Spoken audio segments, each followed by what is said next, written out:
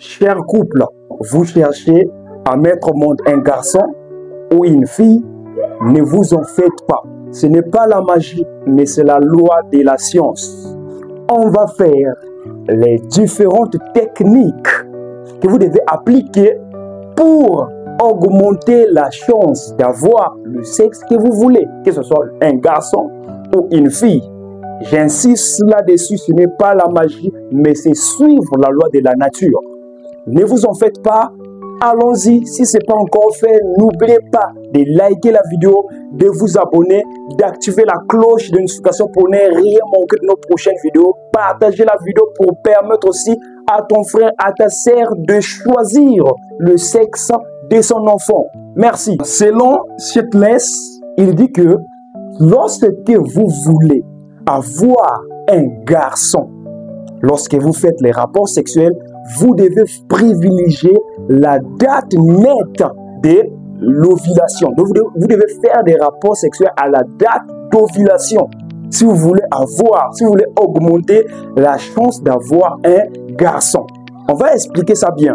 Et si vous voulez avoir une fille, vous devez faire les rapports sexuels le 3 premiers jours de la période fertile. Je pense que c'est clair. Je répète encore, si vous voulez augmenter vos chances d'avoir un garçon, vous devez faire des rapports sexuels la date même de l'ovulation. La date de l'ovulation, vous devez faire des rapports sexuels le jour même pour augmenter la chance d'avoir un garçon. Et si vous voulez avoir une fille, vous devez faire les rapports sexuels les 3 premiers jours de la période fertile. Et vous vous demandez, c'est quoi la période fertile? Comment les trouver? Et c'est quoi la période d'ovulation? Comment la trouver?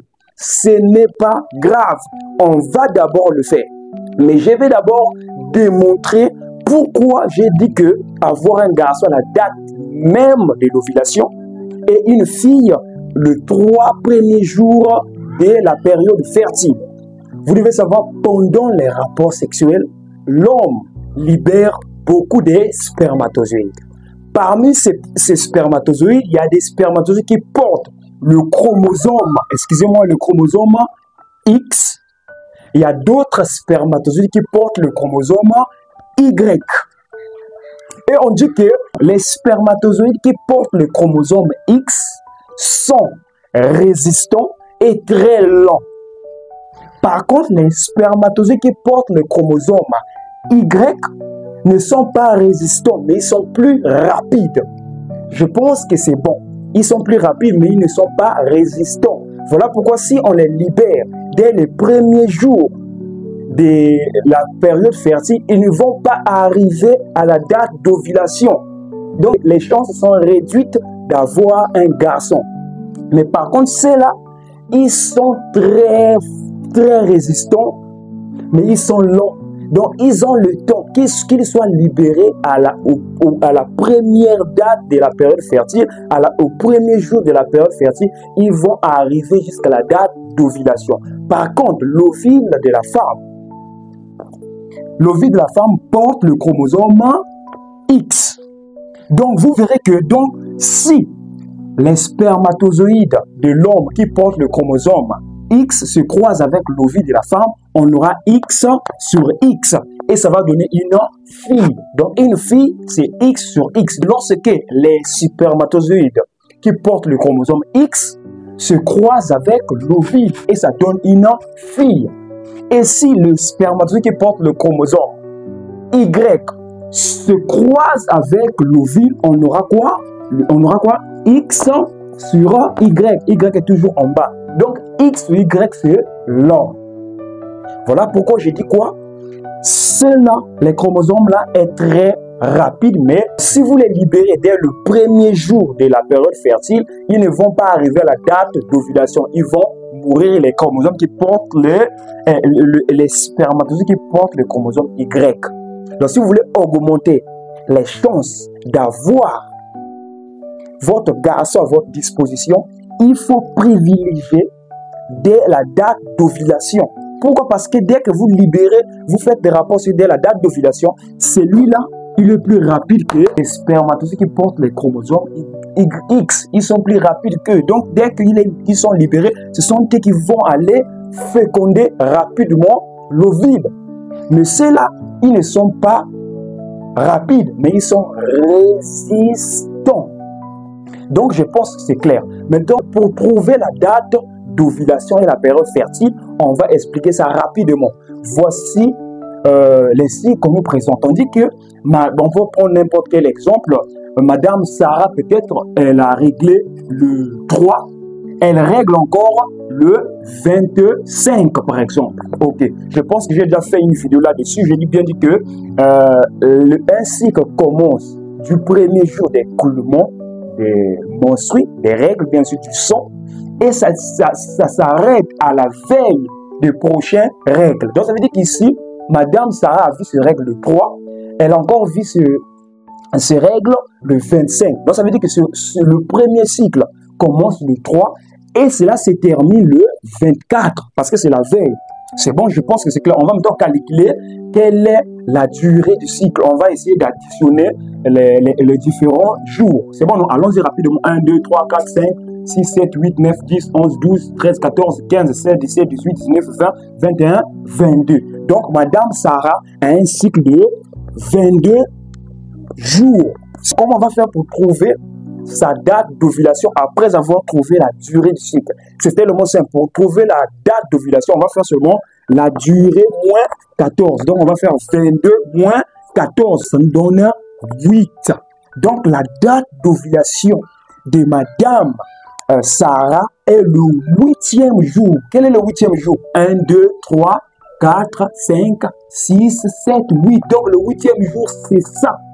Donc, c'est ça le 8e jour qui est la date d'ovulation de Madame Sarah.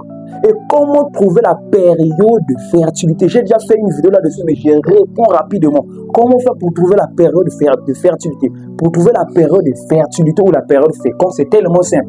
On doit tenir compte des 4 jours des spermatozoïdes une fois ils sont libérés dans les trompes des phallops et des 10 jours de l'ovule dans les trompes des phallops. On va faire ça rapidement. Allons-y. Donc ici, on prend directement 1, 2, 3, 4. On bloque ici. Ici, on prend le 10 jours 1, 2. On bloque ici, c'est pour plus de sécurité. Donc, on dira quoi? La période fertile de Madame Sarah commence du 6 au 12. C'est bon, non? Du 6 au 12, c'est la période nécessaire pour que Madame Sarah tombe enceinte si elle entretient des relations sexuelles avec un homme. Et qu'est-ce que je disais tout à l'heure? On a trouvé notre période fertile et on a trouvé notre date d'ovulation. Donc, je dis bien, si Madame Sarah veut avoir une fille, elle doit entretenir ses rapports sexuels les 3 premiers jours. Les 3 premiers jours de la période fertile. Pourquoi je dis ça? Elle doit entretenir des rapports sexuels les 3 premiers jours parce que les spermatozoïdes de l'homme, une fois libérés lors de l'éjaculation, qui portent le chromosome X, sont longs, mais très résistants. Mais ceux qui portent le chromosome Y, ils sont rapides. Ils sont très rapides à affronter, mais ils ne sont pas résistants. Donc, une fois ils sont libérés ici, une fois ils sont libérés les 3 premiers jours, ils ne vont pas arriver jusqu'à la date d'ovulation, jusqu'au 10. Ils vont mourir dans les 3 premiers jours, ils vont mourir. Donc, du coup, lorsqu'ils meurent, la probabilité devient très réduite qu'on obtient un garçon. Je pense que c'est clair. Mais par contre, lorsque vous faites les rapports sexuels dès la date d'ovulation, la date à laquelle l'ovule de la femme sort. Donc, lorsque l'ovule sort, vous faites des rapports sexuels. Là, vous voyez que les spermatozoïdes qui portent les chromosomes Y sont en forme. C'est le premier jour, ils sont en forme et ils sont plus rapides. Du coup, ce sont eux qui iront directement féconder l'œuf. Et la chance est très élevée que Madame Sarah obtient un garçon. Donc, comme je vous ai dit précédemment, ce n'est pas de la magie, ce sont des études scientifiques qui ont été montrées par Shitless, bon, c'est un nom anglais, il a étudié ça, et il y a eu des témoignages. Donc, pourquoi pas vous? Si les autres ont témoigné, si les autres ont approuvé, pourquoi pas vous? C'est seulement suivre la loi de la nature et c'est expliquer scientifiquement. C'est expliquer que l'homme libère beaucoup de spermatozoïdes. Parmi ces spermatozoïdes, il y a des spermatozoïdes qui portent le chromosome X et d'autres spermatozoïdes qui portent le chromosome Y. Une personne est le résultat des deux sexes opposés. Ça veut dire que l'homme et la femme. Si l'homme libère le X, la femme aussi libère. La femme a toujours un X. Si l'homme libère le X, la femme aussi libère le X. On aura X sur X et on obtient une fille. C'est bon? Et si l'homme libère Y, la femme a toujours le X. Donc on aura X sur Y et on obtient un garçon. Donc voilà pourquoi, si vous voulez faire le choix de votre enfant, respectez cette méthode-là. Privilégiez la date d'ovulation pour les garçons, les 3 premiers jours de la période fertile pour la fille. Et si peut-être cette méthode-là vous paraît un peu difficile, et surtout si vous avez un cycle irrégulier, c'est un peu difficile maintenant là pour trouver la date d'ovulation. Là, je dis carrément, c'est un peu difficile. Vous pouvez trouver la période fertile, mais la date d'ovulation, ça sera un peu difficile. Ce que vous devez faire, vous partez directement chez votre pharmacien, chez un pharmacien, et vous commandez un test d'ovulation. C'est un appareil qui vous permettra de savoir la date exacte d'ovulation. Et cela vous permettra de trouver cela. Et si c'est toujours difficile, j'ai lancé une campagne d'accompagnement sur tous les sujets liés à la sexualité des couples, des jeunes. Si vous voulez être suivi, vous avez encore du mal à calculer vos règles, ainsi de suite, parfois ça bouge un peu, moi-même, je vous prends en charge. Et il suffit seulement d'écrire en commentaire, je vais être suivi et je vous verrai tous mes coordonnées et vous allez me contacter. Pour les prix, ce n'est même pas cher. Même un petit enfant peut payer cet accompagnement. Ne vous en faites pas sur ça. Je suis là pour vous aider. Ne vous en faites pas. Toujours ensemble. Merci.